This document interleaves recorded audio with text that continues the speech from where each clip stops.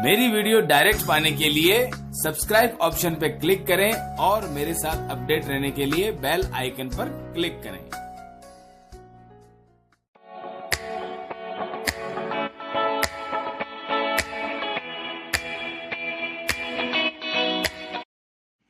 बहुत बहुत स्वागत है दोस्तों आप सबका मेरे इस चैनल में। और रुद्राक्ष की श्रृंखला में आज का टॉपिक हमारा ये सात मुखी रुद्राक्ष चैप्टर नंबर 138। दोस्तों क्या है ये सात मुखी रुद्राक्ष? अगर इसके लिए एक टैगलाइन देनी होगी तो सबसे बेस्ट टैगलाइन ये रही, धन प्राप्ति, न्याय प्राप्ति और आरोग्य प्राप्ति। दोस्तों ये ऐसी चीजें हैं आज किसे नहीं चाहिए। धन मिल गया, हमें किसी प्रकार के कलंक से मुक्ति मिल गई या न्याय मिल गया, और अगर रोग नहीं है शरीर में तो शायद इससे खुशहाल जीवन और कुछ नहीं हो सकता। तो आइए जल्दी से जानते हैं, जैसे अभी तक हम छह मुखी, एक से लेकर छह मुखी सारे रुद्राक्ष के बारे में जानते हैं, उसी प्रकार से इसी पैटर्न में सात मुखी रुद्राक्ष की कंप्लीट डिटेल। सबसे पहले नंबर पे उत्पत्ति। तो उत्पत्ति होती है इसकी नेपाल, इंडोनेशिया और भारत, जिसमें नेपाल का सबसे सर्वश्रेष्ठ। दूसरे नंबर पे देखते हैं इसका रूप, गोल, छोटा, सात धारियां, भूरे रंग का, डार्क या लाइट शेड जैसा भी हो, कुदरती चीजें हो सकती है, लेकिन साइज अक्सर छोटा ही आपको देखने को मिलेगा, क्योंकि बड़े होते होते इनमें स्ट्रक्चर्स थोड़े बदल जाते हैं, इसलिए छोटा साइज आपको ज्यादा देखने को मिलेगा। अब तीसरे नंबर पे इसके फायदे। धन संबंधी जो भी परेशानियां हैं उसको दूर करने में इस रुद्राक्ष का बड़ा योगदान है। आय प्राप्ति के नवीन साधन या फिर 2-3-4 जगह से हम धन कमा सके, ऐसी सिचुएशन जीवन में लाने में इस रुद्राक्ष का बड़ा योगदान है। आमदनी अठन्नी और खर्चा रुपया, यह आपने कई बार कहावत सुनी होगी, बल्कि फिल्म भी बन चुकी है। तो अगर इस प्रकार की जिंदगी चलती सी नजर आ रही है तो कहीं ना कहीं ये रुद्राक्ष इस स्थिति को अपोजिट कर सकता है, यानी इस परिस्थिति को उल्टा करने में बहुत सक्षम है। इस सातमुखी रुद्राक्ष का बहुत बड़ा योगदान इस चीज को ठीक करने में आप ले सकते हैं। तो ये कुछ फायदे, कुछ और फायदे इसके अंदर हैं। माता लक्ष्मी जी की कृपा प्राप्त करने में ये रुद्राक्ष बहुत ही योगदान देता है, और साथ ही सप्त ऋषियों का जो आशीर्वाद है उसको प्राप्ति में इसकी बड़ी भूमिका मानी गई है। यानी आप देखेंगे जो धन संबंधी बात है वही बात माता लक्ष्मी के लिए भी एप्लीकेबल है, क्योंकि ये रुद्राक्ष कहीं ना कहीं माता लक्ष्मी जी को भी रिप्रेजेंट करता है। सप्त धातु यानी जो हमारे शरीर में 7 धातुओं का संगम है, उनकी जो भी शरीर के अंदर बैलेंसिंग है और उनकी जो भी रक्षा करनी है वो इस रुद्राक्ष के माध्यम से बिल्कुल सिद्ध होते देखी जाती है। जब इसका धारण किया जाता है तो ये चीजें कुछ ही दिनों में अपने आप बैलेंस होने लगती है। स्नायु तंत्र यानी नर्वस सिस्टम जो है हमारा, उसको बिल्कुल अच्छी तरह से ठीक रखा जा सकता है अगर इसको धारण किया जाए। आपको भी कुछ देर बाद में मैं ऐसी एक चीज और बताऊंगा जिससे ये सब फायदे आपको बिल्कुल कनेक्शन में नजर आएंगे कि हाँ आखिर इस चीज का कनेक्शन अगर इससे है तो वाकई में ये सारे फायदे में मिलने वाले हैं। वो ज्योतिषीय फायदों में हम उसके बारे में बात करेंगे। तो ये सप्त धातुओं से बैलेंसिंग हो गई, स्नायु तंत्र, नर्वस सिस्टम हो गया ठीक, और हड्डियां, मांसपेशियां, गठिया, अस्थमा से रिलेटेड जो भी प्रॉब्लम्स है वो सारी प्रॉब्लम्स इनसे कहीं ना कहीं क्योर हो सकती है, थोड़ा बैलेंस बन सकता है। बहुत ज्यादा परेशानी है तो उसको कम करने की कोशिश इस एक इकलौते रुद्राक्ष की वजह से की जा सकती है। ये जो सारी चीजें हैं ये अभी किसका कारकत्व है या किसके अंडर में आती है सारी चीजें, आप अगर समझ गए हैं तो बहुत अच्छी बात है। आप आगे बढ़ेंगे इस चैप्टर में मेरे साथ तो वहां आपको पूरी तरह से खुलासा होगा कि आखिर इस रुद्राक्ष के इतने फायदे क्यों है, वो इसकी वजह से है। आइए देख लेते हैं ज्योतिषीय फायदे। तो ज्योतिषीय फायदों में आप देखेंगे इसे शनिदेव का प्रतीक माना गया है। सात मुखी रुद्राक्ष मतलब शनिदेव। आपको मैंने पहले ही बताया था, अगर आपको ध्यान हो तो संडे से सैटरडे यानी कि रविवार से शनिवार, और रविवार से आप एक मुखी से काउंट करेंगे तो 7वां नंबर शनिवार का आएगा, और शनिवार को ही सात मुखी रुद्राक्ष को शनिदेव का प्रतीक माना गया है। शनि की पॉजिटिव कृपा यानी कि शनि के नाम से कई बार क्या अक्सर 95% लोग शनि के नाम से घबराते हैं। शनि के नाम से पता नहीं क्या उनके मन में विचार आता है कि शायद नुकसान ही होने वाला है, लेकिन उनकी कई पॉजिटिव चीजें भी हैं जो अगर जिंदगी में मिले तो बहुत जबरदस्त इंसान तरक्की कर सकता है। तो शनि की पॉजिटिव कृपा प्राप्ति के लिए, कलंक मुक्ति के लिए 7:30 या ढैया का जो समय चलता है उस समय पे जो दुष्प्रभाव जीवन में मिलते हैं उनसे मुक्ति के लिए, और ये जो सारी चीजें हैं उस समय पे किस प्रकार की मन की स्थिति हो जाती है, ये जिसके साथ है वही समझ सकता है। बाकी ये दुष्प्रभाव के समय होते हैं।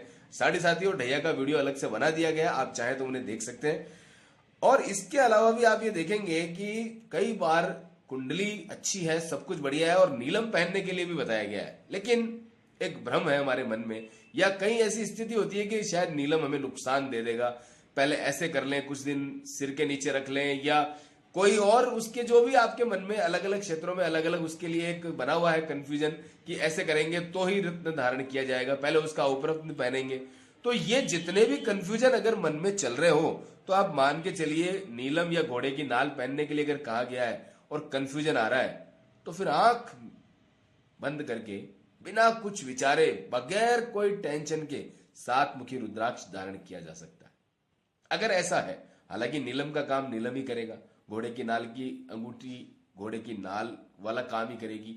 और रुद्राक्ष जो है इन सब के बीच की एक ऐसी कड़ी है, चाहे जो स्थिति नेगेटिव पॉजिटिव हो उसमें वो सिर्फ एक ही रास्ता निकाल करके लेके जाएंगे, वो है हमारा बचाव। और अगर हमें बचाव की चीज मिल गई है तो फिर वो सर्वश्रेष्ठ है। नीलम के लिए मना या नीलम के लिए पहनना, ये दोनों बिल्कुल अलग बातें हैं। सब कुछ कुंडली अनुसार डिसाइड होता है, सब कुछ शनि की प्लेसमेंट, शनि की डिग्री, शनि का बलाबल, यानी वो सारी चीजें कुंडली विवेचन के बाद पता चलेगी। 7 मुखी रुद्राक्ष का मतलब ये है कि अगर हम इन चीजों से जूझ रहे हैं तो फिर ये सारी चीजें हमको फायदा दे सकती है, यानी उन कंफ्यूजन से निकलने में ये आपकी मदद यहां हो सकती है।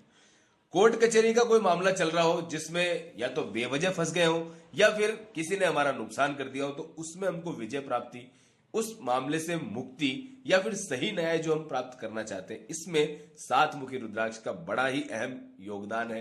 क्यों? क्योंकि शनिदेव न्यायाधीश है, न्याय के प्रतीक माने गए हैं, तो उनका अगर रुद्राक्ष धारण किया तो अच्छा होना निश्चित हो जाता है।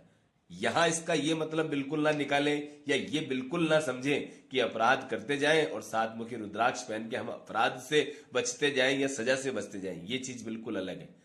सच में अगर हमने कुछ नहीं किया है या हम वाकई में न्याय प्राप्ति के लिए अभी तक इंतजार कर रहे हैं तो 7 मुखी रुद्राक्ष बड़ा योगदान साबित हो सकता है, बड़ा योगदायक हमारे लिए साबित हो सकता है। अब देखते हैं कैसा दिखता है और कैसा बनेगा। कैसा दिखता है वह कैसा बनेगा, तो चलिए देख लेते हैं ये वीडियो। इसमें आपको रुद्राक्ष, चांदी की माला और जो भी इसकी चीजें हैं जो आपके काम आने वाली है वो सारी इसमें दिख जाएगी।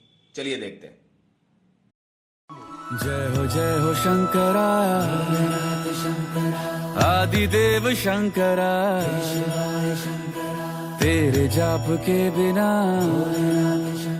चले ये सांस। तो चलिए देख लेते हैं आज पूरी जानकारी 7 मुखी रुद्राक्ष के बारे में। पैकिंग बहुत अच्छी आती है इसकी, आप देखेंगे।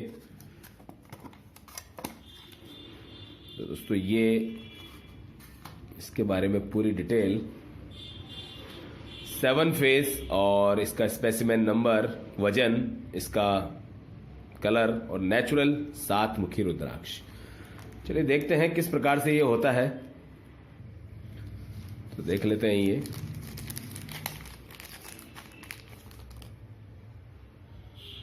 दोस्तों ये है 7 मुखी रुद्राक्ष। यहां से गिनना शुरू करते हैं, 1 2 3 4 5 6 और ये 7।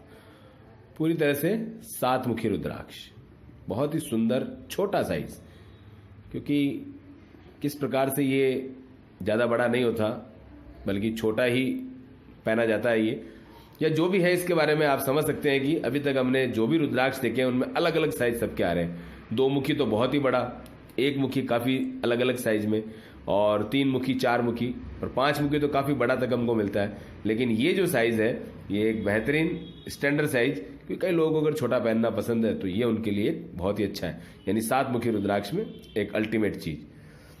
किस प्रकार से ये चांदी में बनता है तो आइए इसके बारे में भी जानकारी कर लेते हैं। ये चांदी में बना हुआ आपके सामने 7 मुखी रुद्राक्ष।